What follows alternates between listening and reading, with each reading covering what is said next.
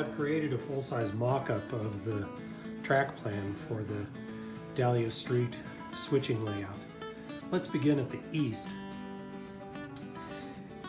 Here in the green outline is the fence line of the farthest industry to the east.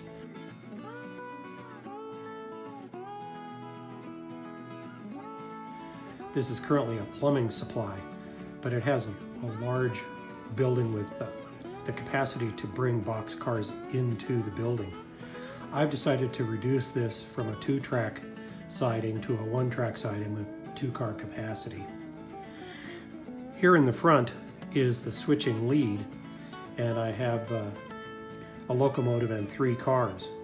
The defining feature of the Dahlia Street switching layout is in fact Dahlia Street. And Dahlia Street and its proximity to this industry forces all the other decisions. It eliminates the ability to put crossovers in certain places. So this is industry number 1 and Dahlia Street on the far east end of the layout. As we move to the west, we can now see the outline reserved for building number 2, which is the large white cinder block building.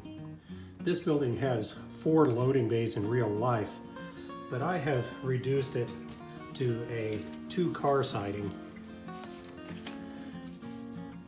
on my switching layout. We can also see the turnout for this classification yard, and we can see the turnout going to industry number 1.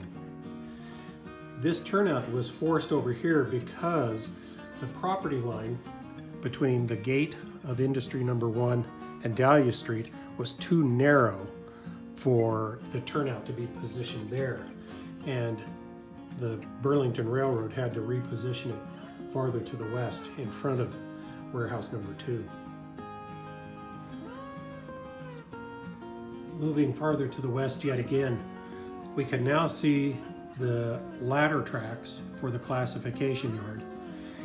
I've elected to put in 3, and this is going to come into play when we begin to use the car card and waybill system to run this railroad.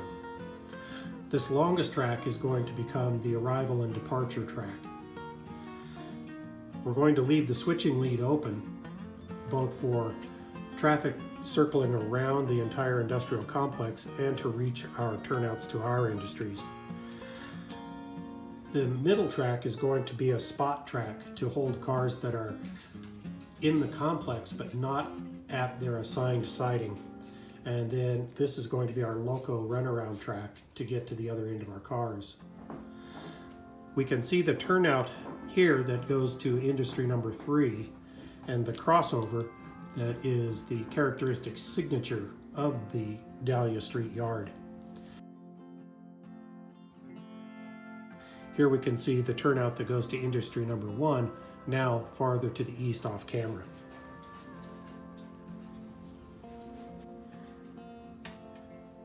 As we move again farther to the west, we can see the outline of industry number 3 and 4. Industry number 3 has just the roll down door and a wall. Industry number 4 has the open platform loading dock.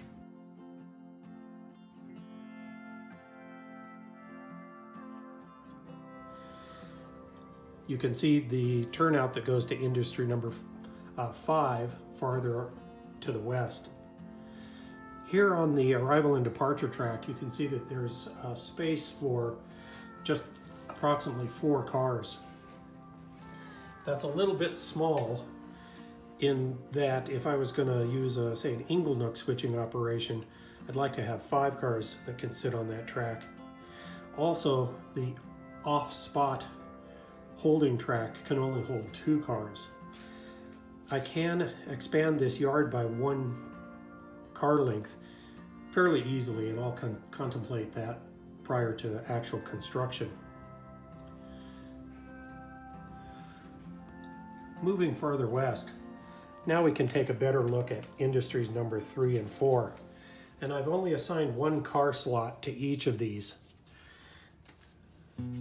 Here at industry number 4, which has the loading dock, and industry number 3, which has the roll-up. So these cars are going to require that the switching leave the cars at their assigned and specific locations.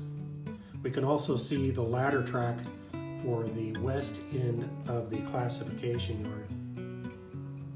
And here we are at the far west end of the switching layout, with industry number 5 standing in place for that turnout that has been pulled up that actually went to 2 industries with rather long switching leads out to the west.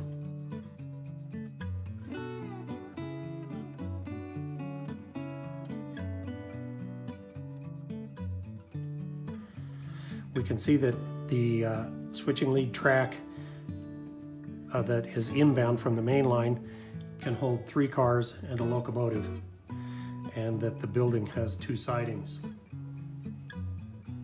My construction plan is to build the base out of 2-inch extruded foam, either the blue or the pink. This red line that you see here, this is going to be the divider between the 2 centralmost modules.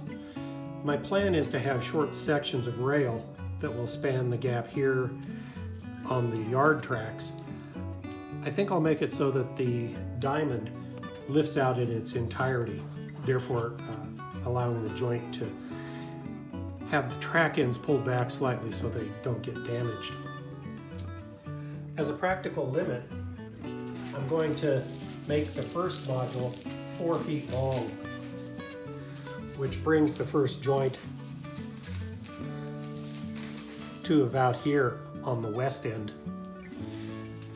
And then my plan is to have another hinge joint here with this end section of base able to either be removed or to fold over onto the central module base as a means of transport. And again, for the east end, the central module boundary is here. The 4-foot central east module ends here. And we can have the base for the far east section either detach or fold over. You can see that I have some room to expand the end modules, and that's where I'll make that decision about expanding the classification yard and the industrial switching lead.